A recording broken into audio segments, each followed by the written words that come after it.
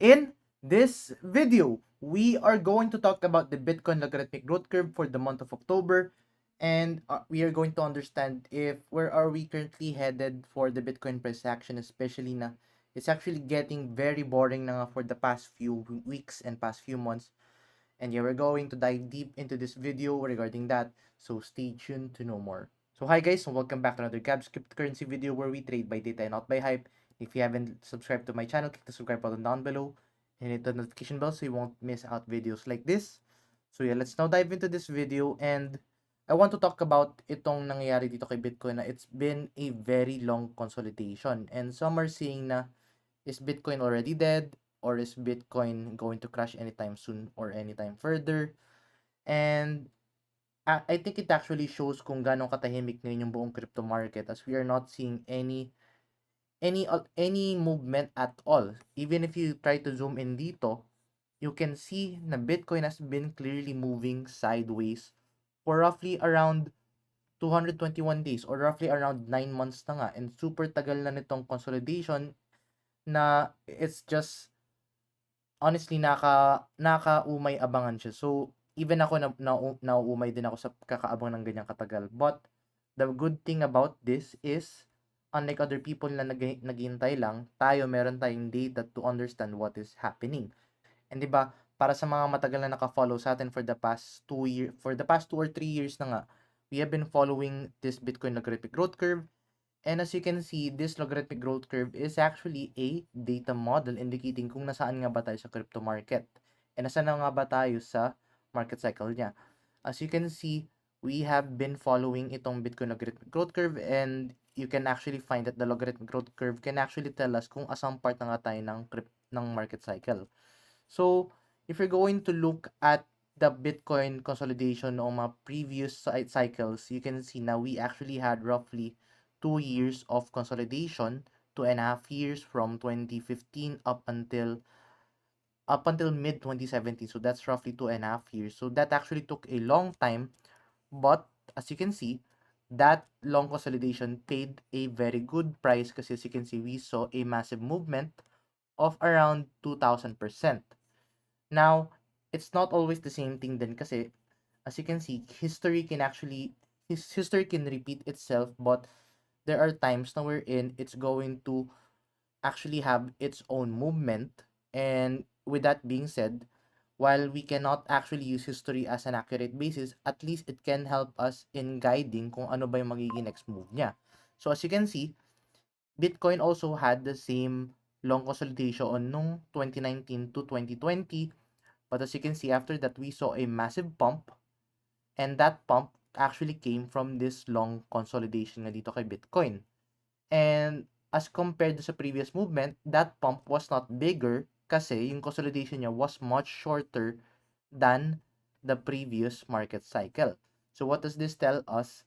Is actually telling us that the longer na we consolidate, the higher na we can actually see a Bitcoin movement. So, this is just a dubious speculation, but as you can see, we have been consolidating na dito kay Bitcoin for around 1.5 years, almost getting into 2 years.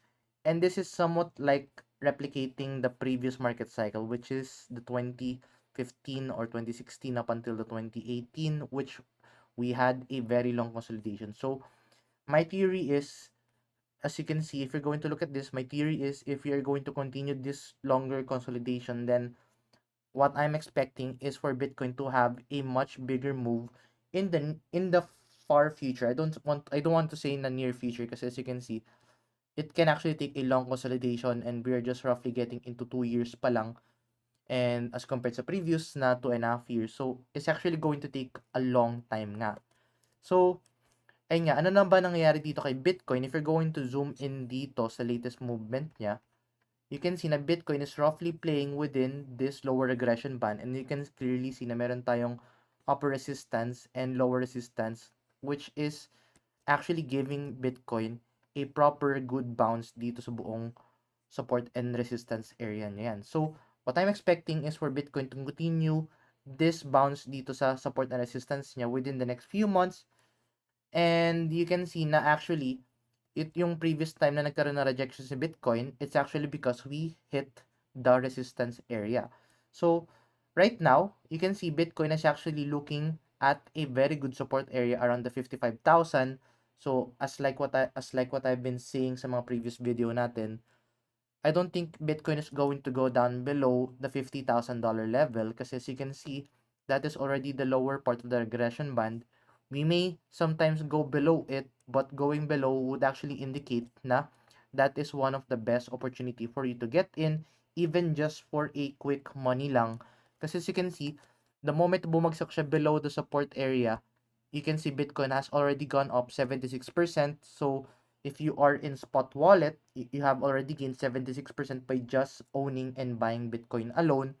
But if let's say nag-leverage ka ng 3x, so 76 times 3 leverage, that's actually going to give you around 228% kagad ng 3x leverage. So I think it's actually a very good time for you if let's say you are a midterm trader, is if bumagsak siya below this lower regression band, I think ang pinakamagandang mangyari diyan is to take the risk and to enter the crypto market and to get in some buying opportunities diyan. Kasi kahit papaano, if let's say umakit siya ng ilang percent lang, if let's say bumili ka diyan around the 51K at umakit siya ng roughly around 79,000, you can actually see 59% kagad siya. So from $51,000 up until the $79,000 US, that's already 59%. So ang laki na kagad ng profit sa makukuha nyo in that short move lang. So, yeah, it's actually a good thing na we are actually following this kasi mga iba, nauumay nakakahintay, but actually tayo, even if nauumay tayo, at least meron din tayong data para i-guide tayo kung saan ba tayo papunta dito kay Bitcoin. So, with that being said, I'm actually waiting out for this Bitcoin move kasi wala akong makitang tradable opportunity for the short term. Kaya wala din ako ma-post na videos na talagang ma-keep you to an up-to-date na analysis. But yeah, at least we have this at least we have this analysis in telling us kung ano ba nangyari in the bigger picture, kahit paano may maabangan tayo for the long term. And yun nga, right now the best way for us to make a low, let's let's say it's a much lower risk rather than the shorter time frame kasi we are following this in the bigger time frame. If it's by looking at this bigger time frame, we can actually enter below the support area. The moment na bumagsak siya below, we can just actually buy in dito. Then the moment na konting akit niya lang, let's say around kahit 20% lang ng movement dito kay Bitcoin, that's already a big profit na nga. So, yeah, our next move, if bumagsak siya dito below the $60,000 area and around the $55,000 area, that's wherein we're going to start buying dito kay Bitcoin. Then maybe take some profit along the way dito sa consolidation niya. Kasi of course, those small movements can actually mean big profits already. So it's just a matter of how we are going to look at this market. So yeah, if wala pa kayo account with Bitcoin and hindi pa kayo nakapag-open ng kahit anong trading account kay Bitcoin, make sure to trade this guys kay BYBIT. Kasi kay BYBIT mas mura yung ating Bitcoin trading fees. And of course, meron din tayong tutorial videos in the description down below if you want to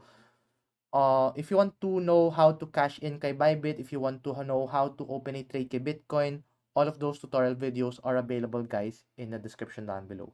But anyway, yun muna update natin for the time being. If you find this video useful and informative, please give this video a like and I'll see you guys in the next video. Bye-bye for now.